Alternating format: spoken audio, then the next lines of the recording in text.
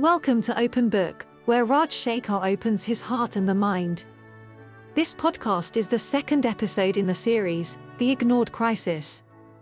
Episode 2, The 7 Early Signs of Alzheimer's Disease Everyone Must Know. Alzheimer's disease does not begin with a sudden break. It starts softly and slowly, with moments that are easy to dismiss as just getting older. We all forget, sometimes. But when forgetfulness starts to upset daily life and when familiar moments feel unfamiliar, then something more serious may be happening.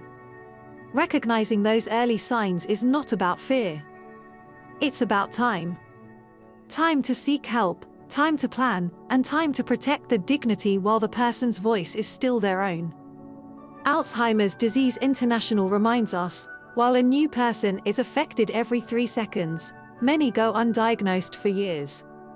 Early recognition can turn confusion into clarity and uncertainty into a plan. But how do we recognize the disease early? Let us look at the 7 early signs of Alzheimer's disease, not as clinical symptoms, but as real, human stories. Number 1. Memory loss starts disrupting daily life. We all forget names or dates. But in Alzheimer's, forgetfulness does not come and go, it stays. You tell your father your weekend plans. An hour later, he asks again, as if it's the first time. Margaret, who never misses a birthday, posts her grandson's greeting card twice, forgetting she'd already sent one. Her memory has vanished. Number 2. Difficulty in planning or in solving problems. Bills are not paid. Recipes are forgotten. A mind that was once bright starts to get confused by small tasks. Arthur, a retired engineer, could calculate almost everything in his head. Now, his checkbook is a battlefield of scribbles. It's too complicated, he says, totally confused. Number 3. Trouble in doing familiar tasks. Routine tasks start becoming unfamiliar and difficult. Evelyn, known for her baking, especially lemon drizzle cake, now mixes salt with sugar and forgets to preheat the oven.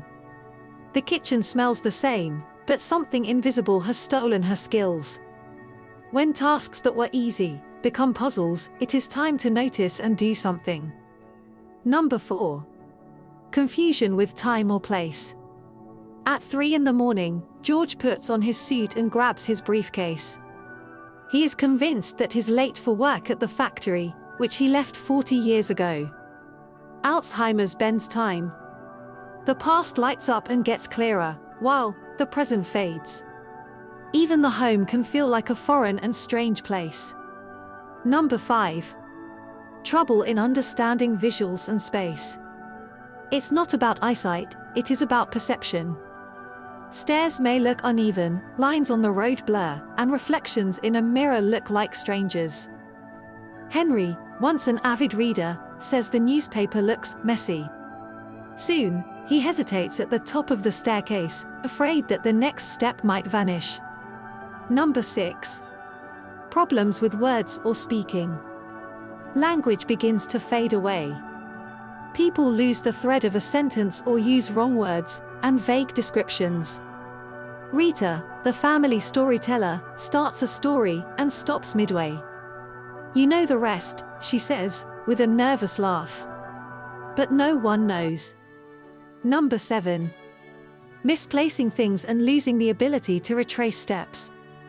The wallet sits in a freezer. Keys are in the sugar tin. Because the brain's filing system begins to fail. Without memory of the action, the mind fills the blanks with suspicion. Loved ones may be accused of stealing. It's not mistrust, it's a symptom of the disease. Having looked at the 7 early symptoms, let us now think about what we can do. Knowing early is an act of love. It gives time for treatment, time for planning, and time for decisions, while the person still has a say. It brings safety, structure, and support from family, from clinics, and from organizations like ARDSI and Alzheimer's Disease International. It turns helplessness into action. And action, in this journey, is everything. If you notice such changes, observe and jot down examples. Start a gentle conversation. Dad, I've noticed you seem stressed with the bills. I'd like to help. Consult a general practitioner. Ask about memory clinics and neurologists. And don't wait for a formal diagnosis to seek support. Helplines, carer groups, and memory cafes are there to guide you. These actions will help you recognize the moment when early action can still change the story. Now, let us summarize. Alzheimer's begins quietly, but awareness helps us recognize it and plan timely actions. It's not about labeling someone a patient. Recognizing the disease early does not invite the storm, but it builds the shelter before the storm hits. And in that shelter, we can keep things that Alzheimer's disease can never take away: love, patience, dignity, and hope. For an expanded version of this podcast, you can read the blog. Here's something that still confuses many people. Is every case of dementia actually Alzheimer's? They are not. Understanding that difference can change how we respond, how we plan for their care, and how we hold on to our hopes for our dear ones. Join me in the next episode of Open Book, where I will explain that all dementia is not Alzheimer's, and why that difference matters for every family. Because knowledge is more than power, knowledge is compassion in action. You've been listening to Open Book, where the heart and the mind meet. Until next time, take care of your memory and of each other. If you find this interesting and useful, please support by subscribing, commenting, and sharing with those who will benefit. Thank you.